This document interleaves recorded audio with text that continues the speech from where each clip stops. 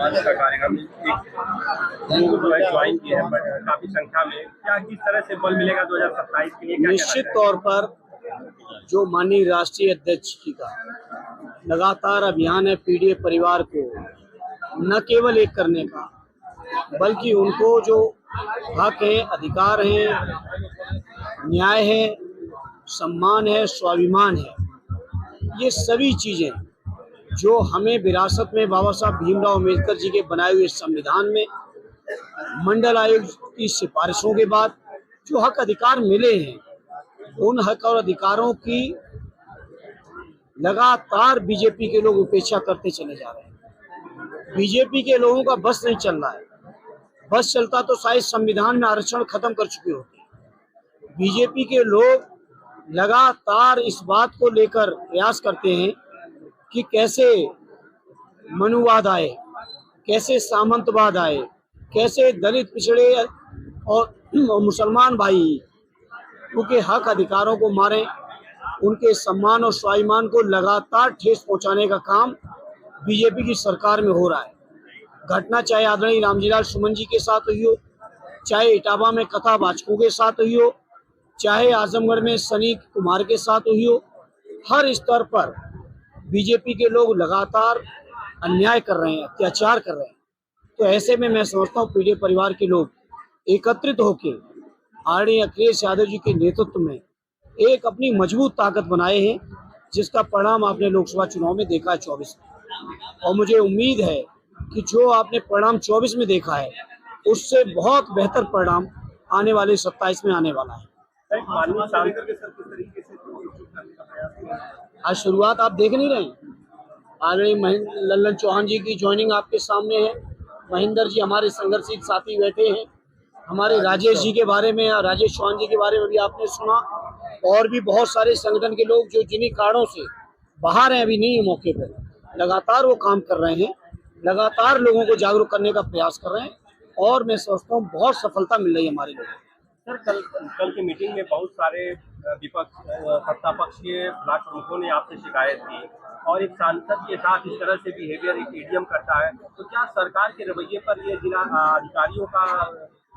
देखिए, ये सुनियोजित तरीके से सरकार लोकतांत्रिक मूल्यों को खत्म करना चाह रही है। जनप्रतिनिधियों को जो सम्मान मिलना चाहिए, प्रोटोकॉल मिलना चाहिए, जो उन्हें हक अधिकार हैं जनता की बातों को रखने के लिए भी, कामों को कराने के लिए। आप सोचिए, एक महिला सांसद एडीएम के चैम्बर में जाके उन्हें 3 घंटे इंतजार करना पड़ता है।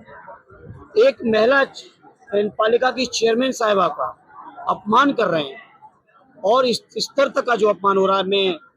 मेरी अभी बात हुई थी कल निकरा जी से, और मैं अपनी ओर से कह सकता हूं, इस मुद्दे पर हम लोग चुप बैठने वाले नहीं हैं।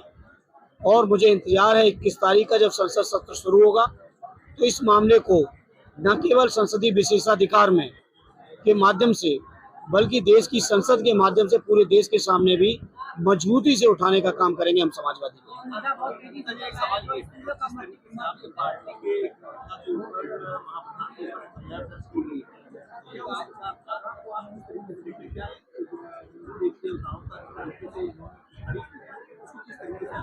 नहीं, मैंने वो एफआईआर के बारे में मुझे जानकारी नहीं है।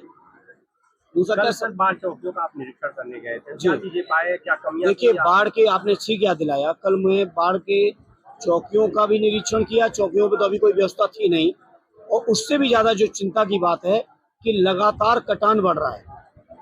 और जो इंतजाम सरकार ने कहा है, कल जिला प्रशासन के लोगों ने भी बैठक में आश्वस्त किया था। जब भौतिक तौर पर हमने जाके देखा, तो वो जो बाढ़ का इंतजाम है, कटान रोकने का इंतजाम, वो नाकाफी है। और लोग चिंतित हैं, लोग परेशान हैं, लोग चिंतित इस बात को लेकर हैं कि पता नहीं कब बाढ़ आएगी और उनके घरों की पूरी व्यवस्था को दुर्व्यवस्था में बदल के चली जाएगी। बहुत लोग चिंतित हैं बांध के पार के लोग। एक सवाल और है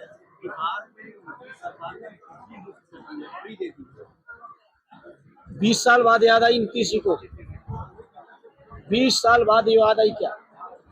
अब जो कुछ भी कर लें, नहीं कहा होगा, मैं इनकार नहीं कर रहा हूं, लेकिन मैं पूछना चाहता हूं बिहार के मुख्यमंत्री जी से भी, उनकी सरकार से भी और एनडीए अलायंस से भी कि 20 साल से आपको ये बातें क्यों नहीं याद आई? बिहार की जनता के बीच अब कोई लोक लुभावन बात चलने वाली नहीं है।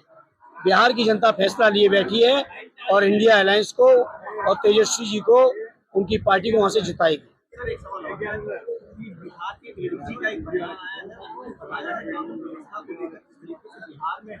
उन्होंने बताया है कि मौसम का है मिजाज, मौसम इस तरीके के हर साल इस मौसम में अपराध बढ़ जाते हैं। ये जवाब कहाँ से? ये किसका जवाब है? एडीजी का। एडीजी का। किसान इस महीने में खाली रहते हैं इसलिए अपराध बढ़ते हैं, उन्होंने इस तरीके तो वो भी मौसम वैज्ञानिक लग रहा। मैं कह सकता हूँ बिहार की कानून व्यवस्था बद से बदतर हो रखी है। आज ही की घटना मान लीजिए, आईसीयू में घुस के गोली से मारने की घटना शायद आप लोगों ने देश में कभी नहीं सुनी होगी, जो घटना बिहार में हो रही है। और लगातार नीतीश कुमार जी और एनडीए के लोग अपने सुशासन की बातें करते हैं, कानून व्यवस्था की बातें करते हैं, और ये सारी कानून व्यवस्था की पोल बिहार के अंदर खुली हुई है। और मुझे यकीन है ऐतिहासिक जीत होगी इंडिया अलायंस की। नहीं, समर्थन है आदरणीय राष्ट्रीय अध्यक्ष जी ने आजमगढ़ की धरती से ही आके घोषणा की थी आप सबके बीच। और मैं समझता हूँ न केवल समर्थन है बल्कि जिस तरह का भी आवश्यकता होगी समाजवादी लोग उनका साथ देंगे। सर धान की रुपाई शुरू हो गई है, ऐसे में पानी की बात कल हुई मगर अभी तक कोई निष्कर्ष उस पर कोई कार्रवाई अमल नहीं किया है। बहुत असंतोषजनक जवाब आ रहे थे अधिकारियों से कल की बैठक में। आप लोगों में से बहुत सारे लोग थे, जिले के सारे जनप्रतिनिधि थे, सभी दलों के जनप्रतिनिधि थे, लेकिन सभी लोग सरकार की व्यवस्थाओं से, चाहे वो बिजली की हो, चाहे वो सिंचाई की हो, चाहे वो बाढ़ की हो, चाहे पीडब्ल्यूडी की हो, चाहे वो खाद वितरण की हो, हर व्यवस्था से लोग असंतुष्ट थे। हमारे पूरे जिले के जनप्रतिनिधि असंतुष्ट थे। आश्वासन दे रहे हैं लेकिन आश्वासन की कोई मायने नहीं, मैं जानता हूं। और मैं ये भी जानता हूं बहुत हद तक जिले के अधिकारियों से भी ज्यादा जिम्मेदार लखनऊ में बैठे लोग। कल क्या होगा सर, जनता कैसे निजात पाएगी?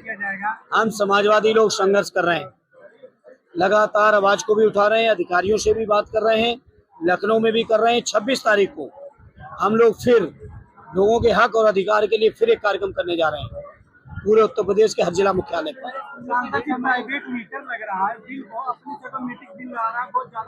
ये सरकार हटाइए, जायज बिल आएगा। ये सरकार केवल पूंजीपतियों के लिए बनी है और ये सब इसलिए हो रहा है क्योंकि सरकार चाहती है पूर्वांचल वितरण खंड जो है ये प्राइवेट करना चाहती है। मैं आज से इस बात को खुलेआम कह रहा हूँ।